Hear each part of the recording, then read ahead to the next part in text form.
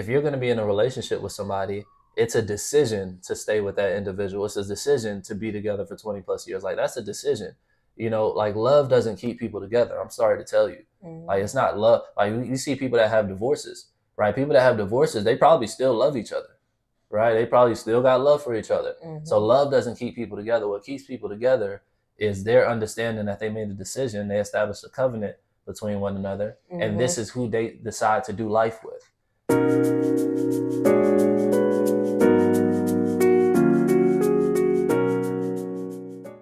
Hello, everyone. Welcome back to the Zamots podcast, where we focus on faith, family, fitness, finances, and friendships. Today, we're going to be reading from Joshua chapter 1, verses 7 through 9. And it reads, "Be strong and very courageous. Be careful to obey all the law my servant Moses gave you. Do not turn from it to the right or to the left, that you may be successful wherever you go. Keep this book of the law always on your lips. Meditate on it day and night, so that you may be careful to do everything written in it. Then you will be prosperous and successful. Have I not commanded you? Be strong and courageous. Do not be afraid. Do not be discouraged, for the Lord your God will be with you wherever you go." Amen. Amen. All right, family. So today we're going to be reading from our question game, Who Are You? Okay. And this game simply has 4 categories that we read from. And the categories are self-awareness, fears and insecurities, connections, possibilities, and potential. So we're going to be reading from self-awareness twice, okay, because we done ran through the cards. All right. We went through fears and insecurities already. So we'll read 2 from self-awareness and then connections and possibilities and potential. So I'll let my wife take away the first one. Hey, y'all. Okay. List 3 things in life that bring you the most joy. 3 things in life that bring me the most joy. I would say family time. I would say productivity. And I would say service. Those are the 3 things that bring me the most joy. That's good. Okay, I would have to say family time, alone time, and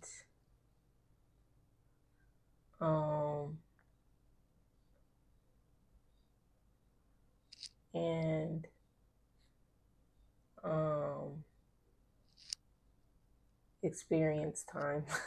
Experience time. So experiencing like new things, you're doing new things, you're just like doing something like that's not a part of the plan or a part of the schedule.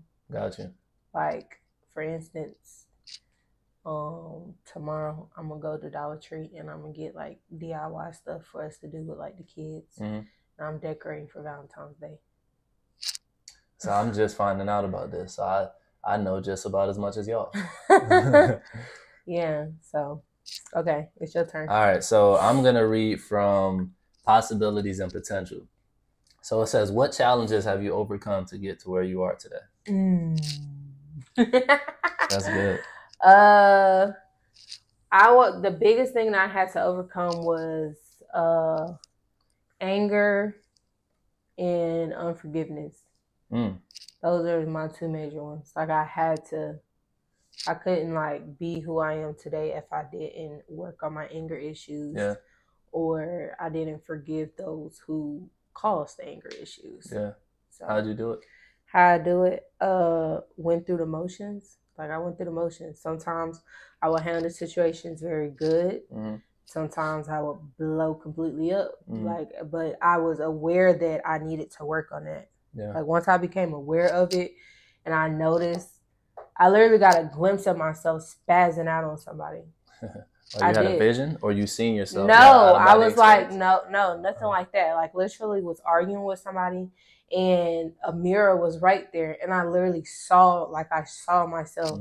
Like, and Gotcha. It was like not something that I wanted to do because I came out of character. Now, granted, I'm not blowing up over like, oh, you stumped my toe, so I'm mad. Oh, you cut me off in traffic because I'm mad. I was blowing up about stuff that I was really passionate about, or I felt like I was like tried on. Right. So I caught a glimpse of myself, and after that, I started to like really think of like how my childhood or how growing up it affected me. Mm-hmm. And once I peeped that, I'm like, yeah, I can't keep operating like that because I'm operating like the people that I haven't forgave. Mm-hmm. So once I worked on my anger issues, then I had to forgive those people, because if you don't forgive them, that's still some type of resentment and anger. And you can't like operate and flow in life if you still like holding on to that. So yeah, that's good right there. That's the word is flow, right? You can't flow because we're supposed to be we're supposed to allow,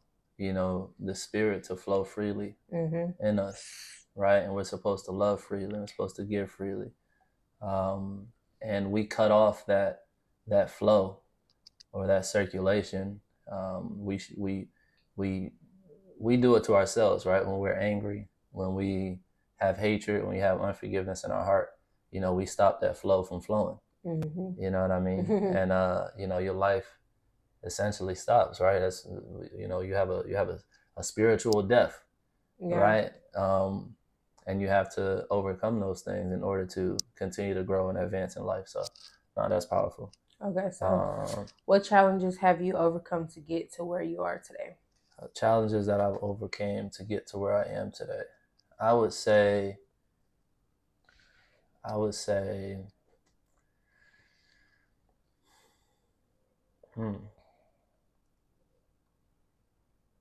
I've overcome insecurity. I've overcome... What form of insecurity? That's a good question. So just in my abilities, like me having an awareness of who I thought I was, but you know, not fully stepping into who I fully was. Excuse us, that's our daughter in here interrupting us while we're recording. But yeah, so you said what form of insecurities? It's just, you know, me having an awareness of who I thought I was, but not being able to step into who I thought I was because of, you know, maybe some mental blockages that I've had, you know, based on things that happened in the past or some ideas that I had in myself that weren't necessarily the truth. So that's what I mean by insecurity. Does that make sense? Yeah, I just only asked that to clarify. Yeah, no, for sure. Some people insecure in their looks, somebody insecure like with like being confident in their decisions. So just so they know like what kind of insecurity. Nah, I always look good. Even when I was chubby. I used to be chubby. Chubby. Yeah, believe it or not. Picture. But yeah, but I always look good. I always knew that. All right, not too much. So, you serenade. No. So anyway, okay. All right. So insecurity. So what challenge says challenge is? Okay. So insecurity and a lack of belief. In what? Yourself? A lack of belief in myself. A lack of belief in my abilities. A lack of belief in the image that I was created in. Right. Having a lack of belief in that will cause you to shortchange yourself, right, and to not do the things that you're supposed to do based on who you are, right, and who you were called to be. So that overcoming is still a process, right? I'm still in my evolution process, but I've overcame a good bit of who I thought I was or who I thought I wasn't, you know, and now I'm stepping into that next level of you know, my greatness. So all right. It was good. Self-awareness. When was the last time you cried and why? The last time is that for me? Yeah. Oh, when was the last time I cried? And why? When was the last time I cried? It was recent. The last time I cried and why? Dang. I'm not able to put my finger on it at this moment, but it was definitely recent. I cry. I'm always crying when we're watching movies. Yeah, like anything that's like some form of like inspiration or like, you know, if it's touching in some way, yeah, I'll be crying. But I ain't about to cry out loud. You ain't about to see me crying. That's what I'm saying. That's why it's like a debate with us. I'm like, I've really we've been together 6.5 years. I've only seen him cry like 2 times. Like actually cry, like see tears coming from his eyes. And I'm not about to boo-hoo. I mean, I ain't gonna cause a scene, but some tears gonna flow. You know what I mean? But I ain't gonna cause a scene about it. Like if we're watching a movie, it's literally like one. No, it's not. It's like a few. It's okay. I'm sorry. 6 little teardrops. Yeah. Yeah. I'm emotional. It's such a masculine cry. Yeah, I'm emotional. Okay, so they gonna catch me crying. Yeah, exactly. See, I'm an emotional being. So that being said, you know, a lot of things touch me. Okay, so when I'm touched, I tend to cry, but not cry like not that. Not too much.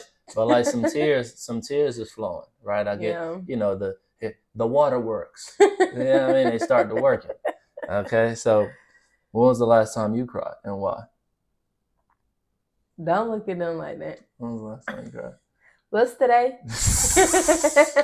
Today is Saturday. Okay, so I cried Wednesday. Why'd you cry? Because I felt like a lard. My wife is pregnant, so sometimes I wasn't feeling good. I was hurting and in pain, and I basically had to sit my butt down all day. And it's like I didn't want to get up, but at the same time, I felt like I needed to get up. And he pissed me off. It was my fault. He pissed me off because I'm sitting down. Clearly, I'm not doing anything for the day. I didn't go to work. So, and he's off. I'm not doing anything.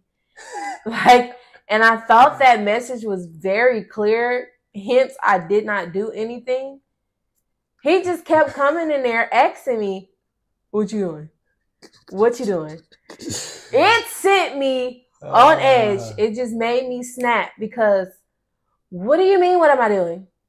I'm sitting here with my feet up, relaxing because your son is pressing on me and I'm in pain. And then when I'm out of pain, I still don't want to move because he might change his mind and go right back to the same position that he was just in. So he kept asking me, "What are you doing? What are you doing?" And I'm like, "Why? What do you need? What do you want me to do?" And so he had cooked, and I had told him I was hungry, but him and Noah had went to the gym, and I had ate some cereal, but I was still hungry. I just ate a little snack. So he came back. He was like, "You ate?" I'm like, "No, I didn't eat the food that he cooked." So he goes, he walks out, he comes back in, he's like, "What are you doing?" You are testing me. So I'm like, "Okay, let me get up," because clearly you want me to get up, come to the table and eat. So I'm walking in there and I'm just annoyed because why do you keep asking me what am I doing? It's very clear what I am doing. I'm in the bed, relaxing, watching my show, not wanting to move from my little section. So yeah, I started crying. I got mad. I started crying, and that was that.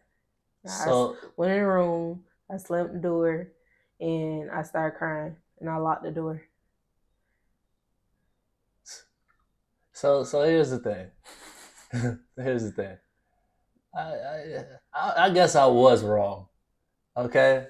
I guess. Don't piss me off. I'm just saying. So here's the thing. When I'm saying what are you doing? I'm not saying like she took it as babe, cause no. Be for real, cause your face too. Let's take into account your face when you're asking that. What was my face? This is how I'm doing. I'm in the bed, laid up, feet up, comfortable. You come in there and you like, what you doing?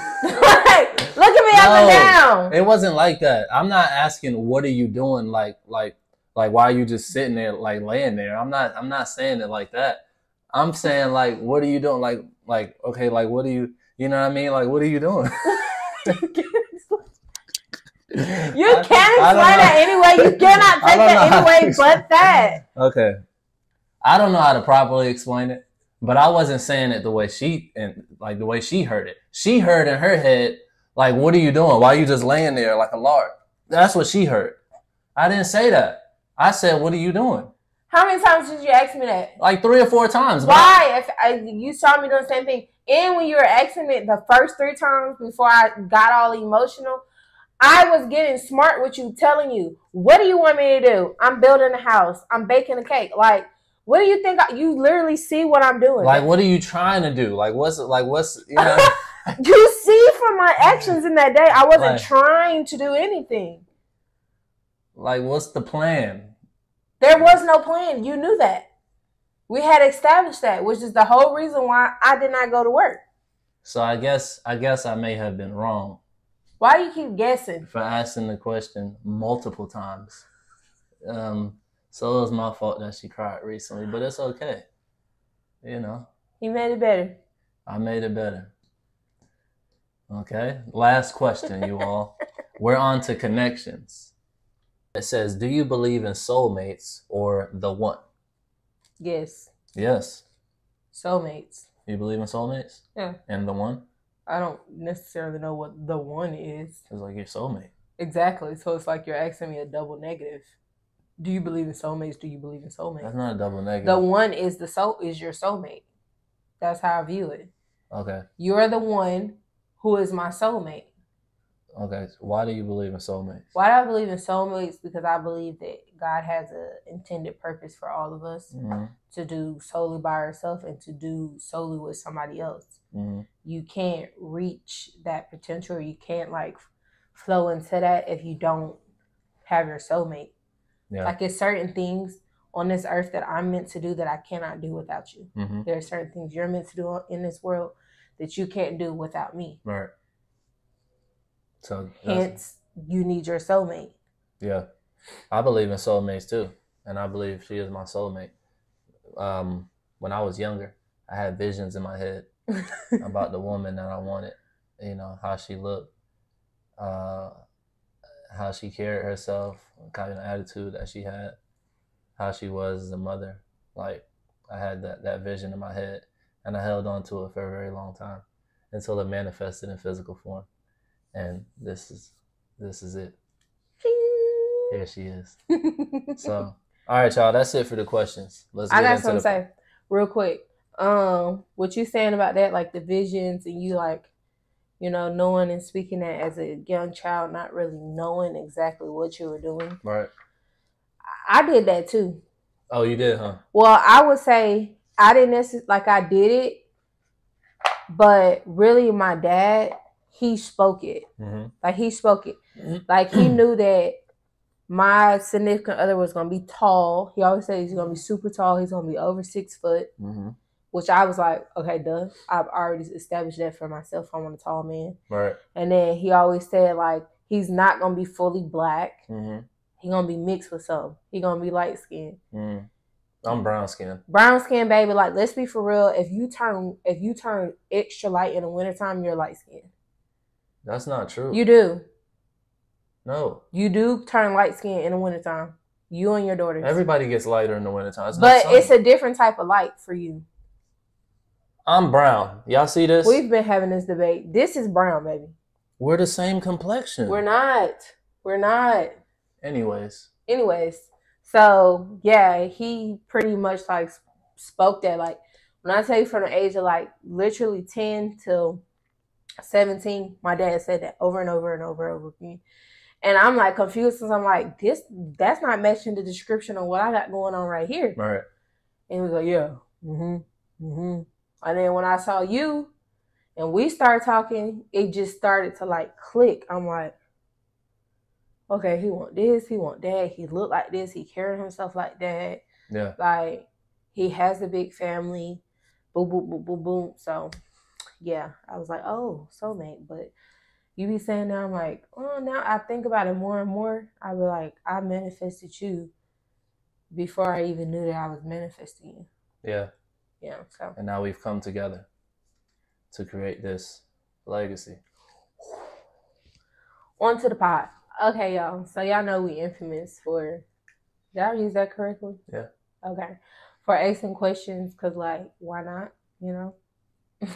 Questions are the best answer. Okay, I got a question for you. Ready? Have you changed because of your partner? Have you changed them? Well, I don't know if I can answer that second part. Well, I can. You can, though, from your perspective. From my perspective, yeah. So have I changed because of my partner? Yeah, big time. Yeah, I changed a lot. There's a lot of things that I didn't do that I now do, such as buying gifts. Such as, paying attention to detail, such as listening to details. Just things that I didn't do before. Not that I didn't do it, but I didn't prioritize it. So it seemed like I didn't do it. So yes, I have changed for the better, I might add. Yeah. Oh. Excuse me. Bless you. And then have you changed them? Yeah, I think I changed. Or yes, I think I changed you. I don't want to take that much credit. I think I played a part in your change. Okay. What changed? What changed about you? Both. I think you you're more vocal about things that you like or don't like. I think you are more understanding about certain things. I think you are more receptive. Yeah, you've changed for the better. Yeah, that's what's coming to me right now. Yeah. That's what's coming to me right now. I'm sure it's a lot more, but that's what I got for right now. That's what you got for right now. What you said? I would say for sure. For sure. For sure. I most definitely have changed because of him, because there was certain habits that you had that I didn't necessarily have. For example, let me see. Communicating. Like I would communicate to the extent of my comfortable. Like I would communicate to as far as long as I was comfortable. If I was not comfortable, I would shut down.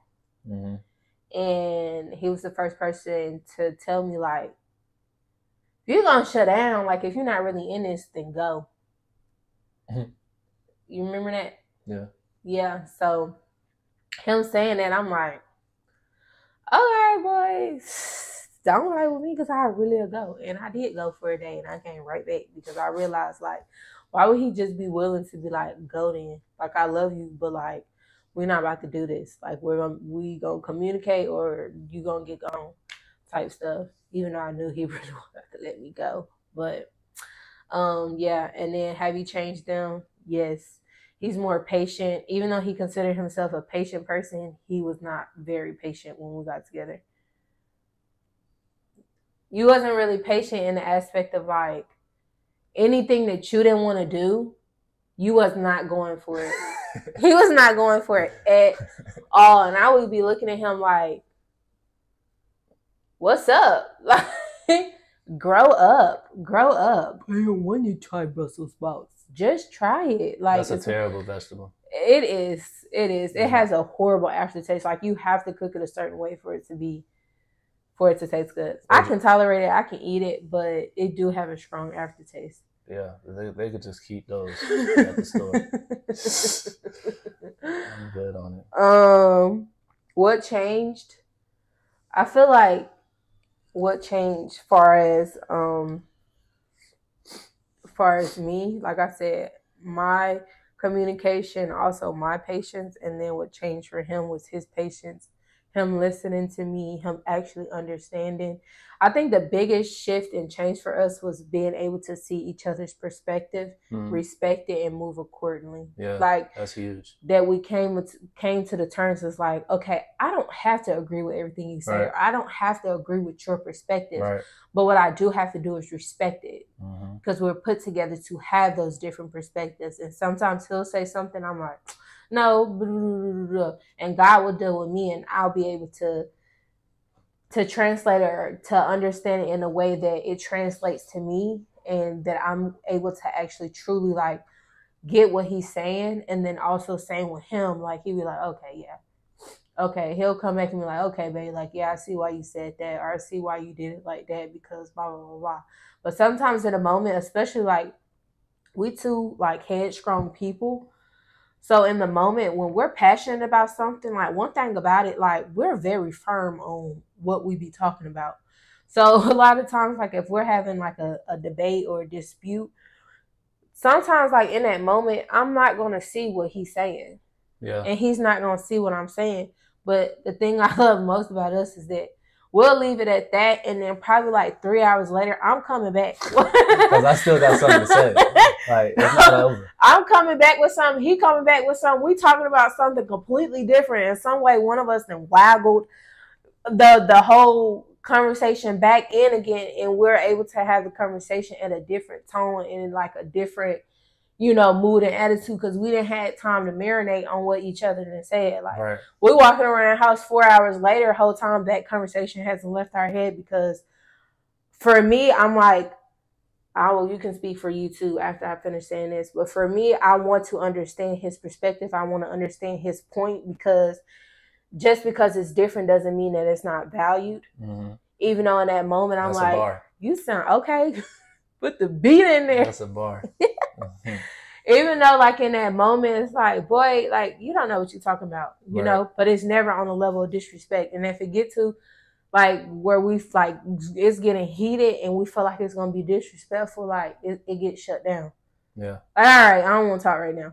I don't want to. Right. I don't want to talk no more. Through.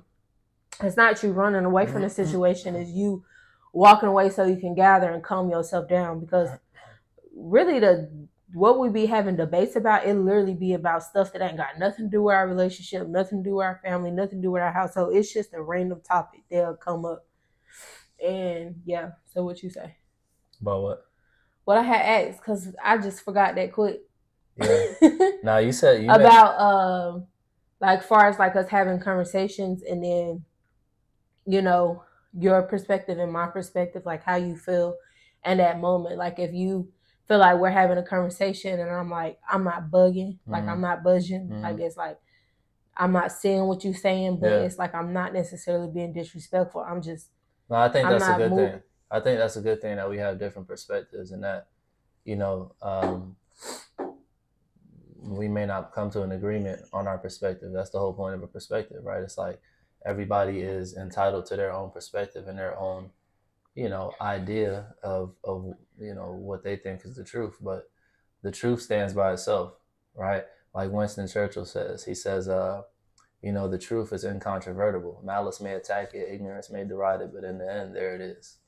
Right? I mean, there's nothing you could do about it. It's that the truth is the truth. We about to drop a mixtape. I'm telling you. So listen, you can have your perspective on what you feel the truth is, and she can have her perspective about what she feels the truth is. But at the end of the day, we got truth sitting right at the middle of the table, right? And each of us have our idea of what we believe the truth is versus the actual truth. So here's the thing: when it comes to like in a relationship, in a proper relationship, man and a woman, and I said that intentionally, like a woman tells you how she feels and a man tells you what he thinks, right? Like if you have a partner, just listen to your partner and what they say, right? Your wife will tell you, well, I feel, right? She'll be like, oh, well, I feel we should do this and that. And then the man will say, here's what I think, right? So we say it out of our mouth because we're coming from two completely different levels of awareness, right? Like a woman, like feels, right? A woman feels, and therefore that's why we say us as men, we say women feel like they always right. Well, because they're not gonna feel like their emotions are wrong, right? If they feel a certain way and they speak on how they feel, they're not gonna think that feeling is wrong. Like how could a feeling be wrong? Like it's real, it's a feeling. And then a man is gonna be stubborn and be like, well, here's what I think. And of course he's not gonna think he's wrong because hey, how could he be wrong? This is what he thinks, right? And what he has in his head is like he's set on it, right? So there's always going to be like this, this, I don't want to say friction, but like there's going to be a disagreement, right, between the two of you and you guys. Translation of things. Yeah, it's going to be two different perspectives coming together, but it's not about you guys. I guess it's not about me switching over to what she thinks or her switching over to what I think. It's about us understanding each other's perspectives and then coming to a common agreement, right? And I think that's where the real value lies, is when you can respect someone else's opinion or what somebody else has to say, and then come to an agreement, right? They call it compromising, right? I told you I had just had a conversation with somebody, like, the biggest thing in a relationship or a marriage in general, whoever you're with, you know, whatever the status is who are you willing to compromise for and with for the rest of your life? If you're not willing to compromise on anything and you're just firm in what you want to do and what you believe, then it's not going to last. It's not going to be, like, it can last, but it's not going to last in a healthy and a happy environment. A lot of people, it's this couple that's actually going viral. If I can find their name, we'll insert it, but it's an older couple. They've been married for like 65 years. And they, you know, they be on TikTok, and they older Black couple at that. They be happy going out on dates, like still like sexually active, like super, super happy.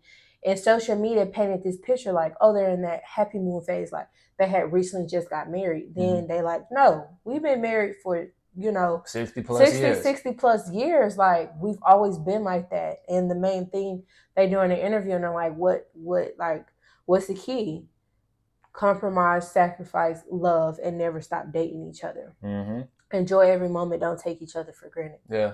That's literally their advice, and they've been married that long. Be honest. You be trust. You know, the things that people like try to like take out of a relationship in a way, like, you can't be in a relationship and be like, oh, it's solely about me, or like, oh, I'm not compromising on 100 things. These are 100 things I'm not compromising non-negotiables. Yeah, these are my non-negotiables. I'm not compromising on it. Then go be single and by yourself. Be single. Yeah. But from what you were saying, like the like different perspective from male and female, I feel like men translate for like how they receive information from females is that, okay, she's emotional, and how women like receive, or, you know, men, it's action wise, you know. So like for me, it's like, if I don't see you doing it, like your actions doing it, then that creates me to be emotional. And then vice versa, like if you don't see me like having any emotions or sensitivity towards any topic, then it causes you to look at the reality of how I'm acting. And it's so weird. Like, it's the opposite, but both of us operate in reality, in emotions, you know? So it's like, even though I'm an emotional being, I look at the world in reality. Even though you're like, I'm looking in reality of what you're doing, I'm emotional. You're an emotional being. And it sounds so crazy, but that's literally how we operate and how we flow. Like, it bounces off of it bounces off of one another, like each other, and it flows. Because it's supposed to be like that. It's not supposed to be firmly, I'm only supposed to be an emotional person. When you say your personality in general, you're emotional. So that means that you operate and you flow in that as well. Yeah, for sure. I get a lot of, I ask a lot of couples that have been together for a long time, for an extended period of time. So, 10 plus years, 15 plus years, 20 plus years. I always ask them for advice, about their relationship, and, like what's been the secret for their relationship and their marriage. Because listen, there's no like one secret, right? There's no like secrets, right? You got to figure out what works for you in your relationship with you and your partner, right? And the most common advice that we get is, communication. Make sure that you're dating each other. Make sure that you guys are friends. Like, make sure that there's respect there. It's like, these are the common things that you get or that you hear when you're talking to these couples. And none of them, there's not one couple that I've ever talked to that has said everything was always a breeze. Right, it was always smooth sailing. There was never no issues, no problems, no big fights. Like, those are things that show up in your relationship with another human, right? Like you're gonna have problems, you're gonna have struggles, you're gonna have challenges. Like, that's just a part of it. It's inevitable. It's impossible to be in a relationship with somebody and not have those issues. So the key is, and I think this is what our society has a hard time embracing nowadays. The key is to outlast those challenges and those struggles and those frustrations. Like, just because things are difficult, that doesn't mean you just like stop and give up and say, oh, well, this isn't working. Well, everything will work if you make it work. You know what I mean? It's like, yes, you can make the decision to not want to make it work with somebody because you feel like, hey, it's just not going to be worth it. Like, this, it's never going to be right. Like, maybe you may feel that way, but if you're going to be in a relationship with somebody, it's a decision to stay with that individual. It's a decision to be together for 20 plus years. Like, that's a decision. You know, like, love doesn't keep people together. I'm sorry to tell you. Like, it's not love. Like, you see people that have divorces, right? People that have divorces, they probably still love each other, right? They probably still got love for each other. So love doesn't keep people together. What keeps people together is their understanding that they made a decision. They established a covenant between one another. And this is who they decide to do life with, right? Whoever you decide to do life with, that's who you're going to do it with, right? It doesn't matter what comes in the way. It's like, this is my person. Now, there's some things that make, you know, that can happen. And you like, hey, like, this is a deal breaker, right? Like, I can't do it. But even then, you can still make the decision to, you know, keep going, right? Keep pushing forward. You know what I mean? So it's all based on a decision and based on, you know, how you feel and what you think is going to be worth, you know, your time together and how you guys want to build together. So, yeah, that's what I got to say. It's certain things that you like you compromise on, and certain things that you don't. Like I told you, I was telling that friend, like, it's certain things that, like, it's a very short list. I'd say about 5 things that are non-negotiable for me, and it was 5 things for you that's like a non-negotiable for you. That it's like, I'm not compromising on that. Yeah. Certain things you don't compromise on, like having an open relationship, like, you know, you cheating, you being disrespectful, you lying, you hiding stuff, not believing in God. Those are the type of things that was like, I'm not wavering from, I'm not compromising on. So if that's something that you are completely opposed to, or that you're not aligned with, this is not going to work, and you cut it off and you nip it in the bud right there. There's no need to continue to have a relationship with that person. There's no need to entertain that person, because you figured out what your non-negotiables was, what I am not compromising on, and moving accordingly. You know what I'm saying? So once we had that conversation and we understood that, like, these are my non-negotiables, anything else I can compromise on, and I can work where we can work through. Like, it's nothing that's going to be too hard to where we can't figure out. Yeah. But you have to have those boundaries, and you have to have, you know, those non-negotiables where it's like, I'm not wavering on that. Like, you don't have a relationship with God, I'm not wavering on it. Yeah. Like, I'm not sitting here waiting for you to try to figure that out. I need you to be firm in it, because in any relationship and in marriage, you have to have God as the head. Yeah. Period. Don't care what you believe. Don't care what you call God, Jehovah, like whatever you call him, whoever he is to you, whatever you practice, it has to be the foundation and the root of your relationship. If he is not the head, it is not going to be successful. It's not going to prosper. It may work, but it's not going to flourish. It's not going to flourish.